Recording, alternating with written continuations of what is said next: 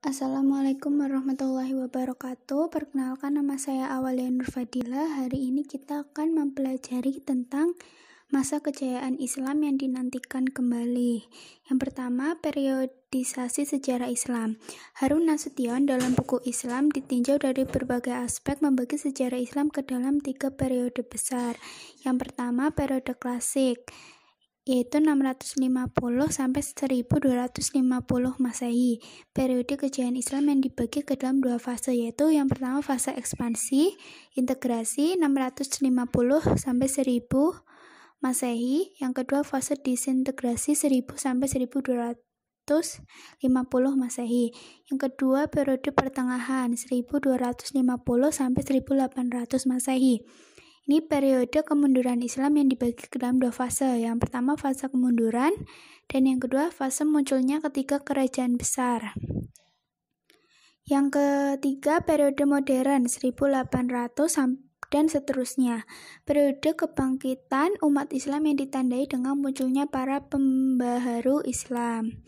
Yang kedua masa kejayaan Islam. Masa kejayaan Islam terjadi pada sekitar tahun 650 sampai 1250 Masehi.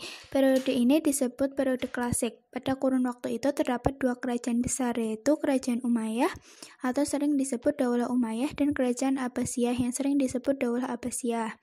Pada masa Bani Umayyah, perkembangan Islam ditandai dengan meluasnya wilayah kekuasaan Islam dan berdirinya bangunan-bangunan sebagai pusat dakwah Islam.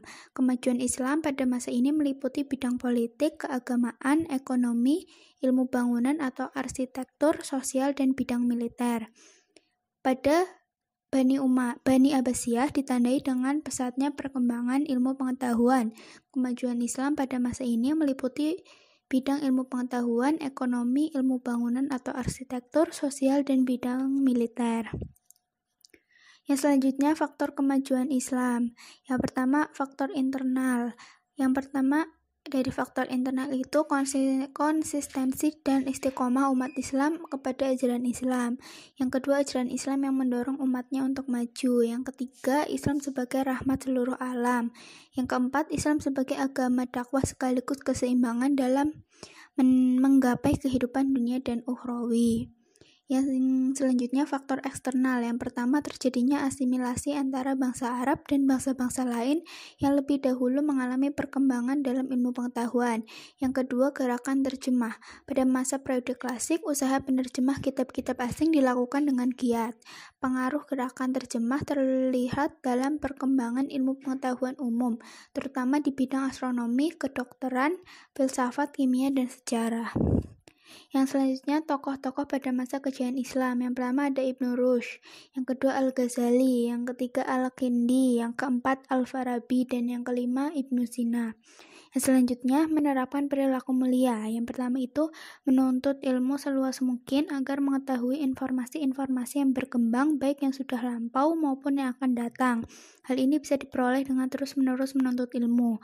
Yang kedua, mempelajari bahasa-bahasa asing dan menerjemah buku-buku berbahasa asing. Yang ketiga, melakukan penelitian tentang berbagai macam permasalahan yang ada di lingkungan kita, karena dengan meneliti, permasalahan dapat diketahui penyebab dan penyelesaiannya. Yang keempat, memberikan pengetahuan yang dimiliki kepada orang lain yang belum mengetahui. Dan yang kelima, kreatif dan tekun dalam menggali ilmu pengetahuan agar mengetahui apa yang tersembunyi dan menghasilkan apa yang diinginkan. Sekian materi pendidikan agama Islam tentang masa kejayaan Islam yang dinantikan kembali.